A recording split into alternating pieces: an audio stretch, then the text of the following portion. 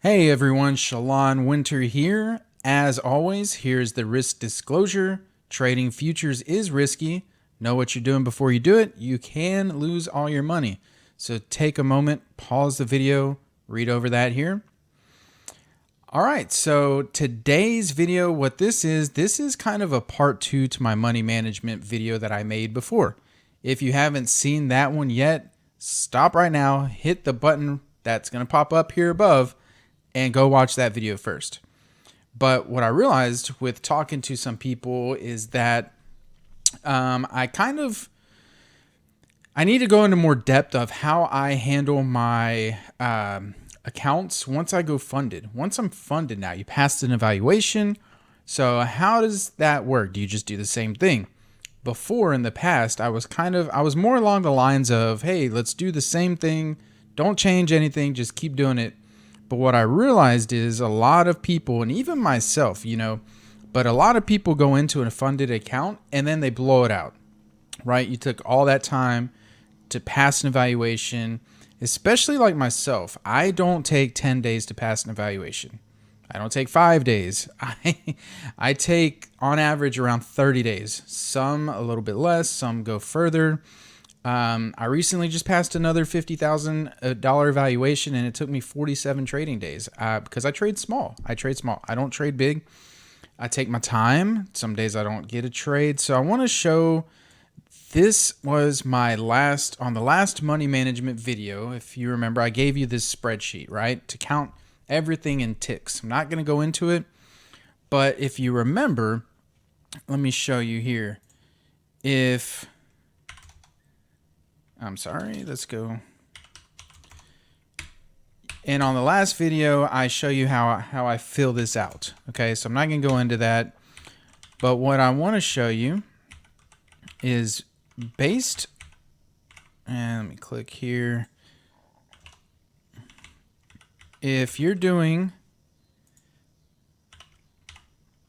and by the way, I'm going to give you another spreadsheet. Not this one, but there's another one that I use for when you have multiple funded accounts, okay? So make sure and keep watching. But if you remember right here, I mentioned I want to have a certain amount of days that I'm able to have my max loss limit in a row without blowing my account, okay? So on a 50,000 account, I mentioned in my last video, I want at least 6 to 7 days before I blow out account. If I lose 6 to 7 days, my max loss limit every day for 6 to 7 days in a row, that's where I want to do it. That's where I want my risk to be, because I'm consistent enough to where I don't go 6, 7 days in a row losing that much. Okay, so basically, if I traded 2 contracts at $5 a piece, right there I have a little over 6 days in a row before I lose my account. Meaning if I hit my loss limit 6 days in a row, then I lose my account. That's good enough buffer for me. And that's what I still do. If you do that on an evaluation, that's fine. But if you take 10, 15, 20, 30, 40, 50 days to go through an evaluation, taking your time, trading well, and you get it funded, what I'm realizing too, and this happens to everybody, and this happened to me many times, but when you go from evaluation to funded, right? There's something that can happen psychologically, something that can happen to our brain. You can be trading well, just like when you go from sim to evaluation, right? Or sim to a small live account.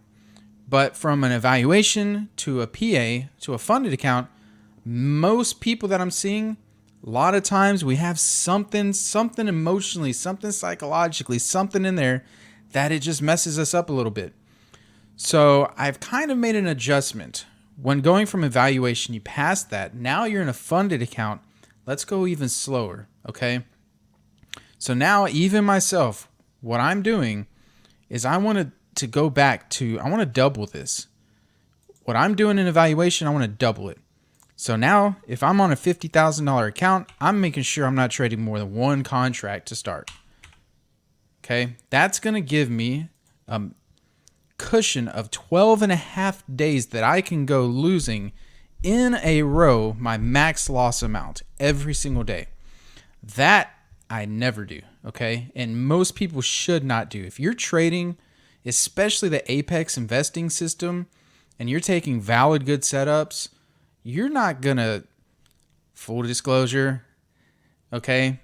Past results does not predict the future, but chances are you are not going to lose 12 and a half days in a row max amount. If you do, you're doing something wrong. Okay? So, if you give yourself this buffer in a funded account, you should not blow that out. And if you do, it should take you well over a month to blow that out. Really should. Okay? So, and then once you build this up, right? Let's say your trailing threshold, you build it up. Let's just say you get the account balance up to 52,000, okay? So you're at 49.5 on your trailing threshold. So your drawdown, if you can see here, is still $2,500. You're up to 52,000. You're doing good. You're building it up, right? Okay. Look here. You still have that 12 and a half days, right? You still, same thing. Now, we know your trailing threshold stops in a funded account at your account starting balance plus $100. So let's say you've built that up to 53,000. Great. Now you have a $2,900 drawdown available. Okay. And, one second. I need to... I need to do it on this side real quick. Hold on 1 second.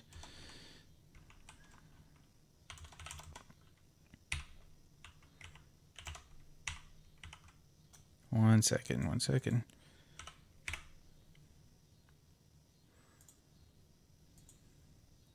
Contract price. Okay. So let's not look at this side over here because that's done. Let's say you're going... Because the way the formulas are set, I can't do it on this week 1 box. Because this week 1 box is set up to where... Anyways, I have to do it on the next one.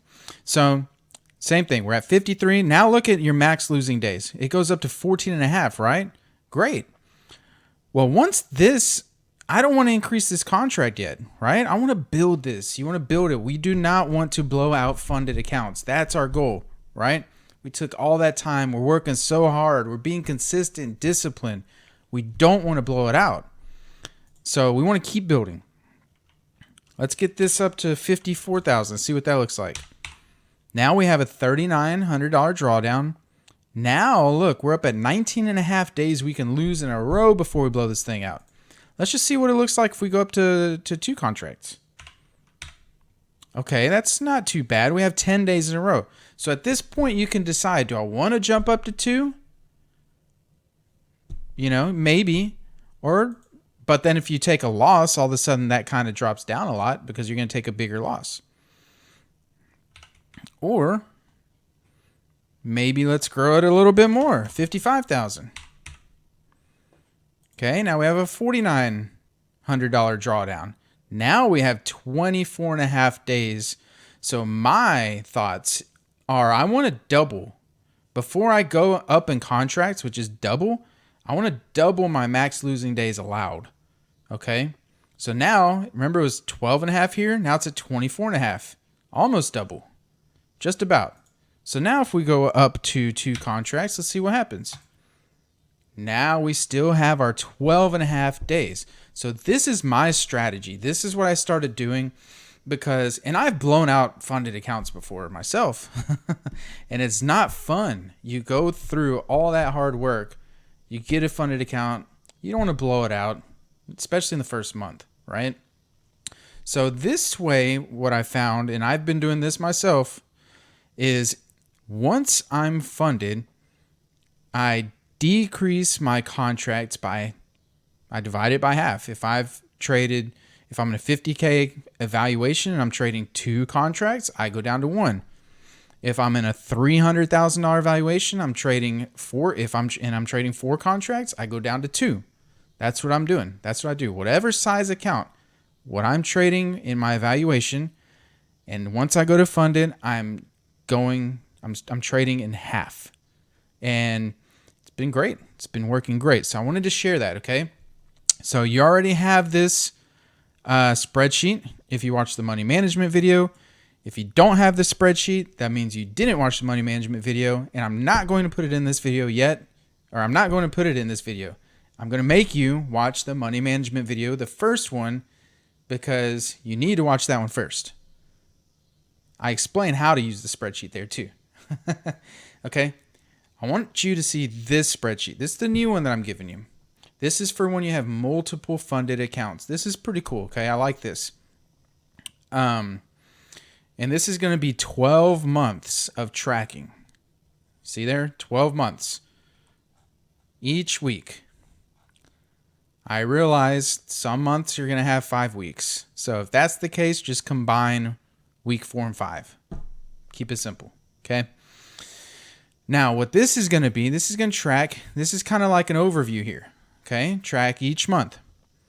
What I like about this, that, because I do use the trade journal, right? I use Trader Sync as my trade journal. I love it, and I still use it. But the difference is with this tracking spreadsheet that I really like is that I have a withdrawal. And what do we know with these funding companies, with Apex, especially, because that's what I use, Apex Trader Funding. We withdraw once a month, right? If that ever changes, great. Then we'll just put, just add it to the total withdrawn here. But for now, it's one withdrawal, okay? The way this works, now in Rhythmic, I put this daily P&L here before I realized in Rhythmic, I can put like a total summary tab. For example, if you have 4 accounts, right? At the top, it'll tell you your total P&L in Rhythmic for all 4 accounts.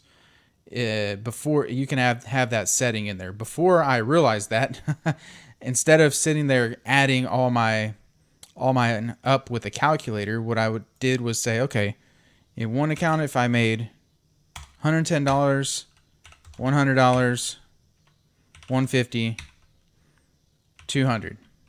Now, if you have all the same size accounts and you're just copying, trading it, it should be all the way across the board the same. But what this does is gives you a total here, right? Gives you a total. Now, you put in there the date. Today is 9/6. Today is Tuesday, so I'd put here in the second box 9/6/22. I made total. Remember, this is total for all your accounts. You can start, if you have one account, you can start with one, but this is to track multiple PAs, okay? So I put 560. Gives me my balance, my total here for the week, okay?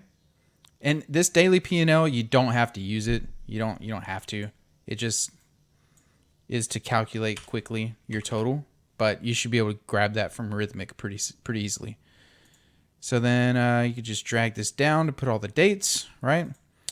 Next day I make 150. The next day I make 250. This day I lost 150.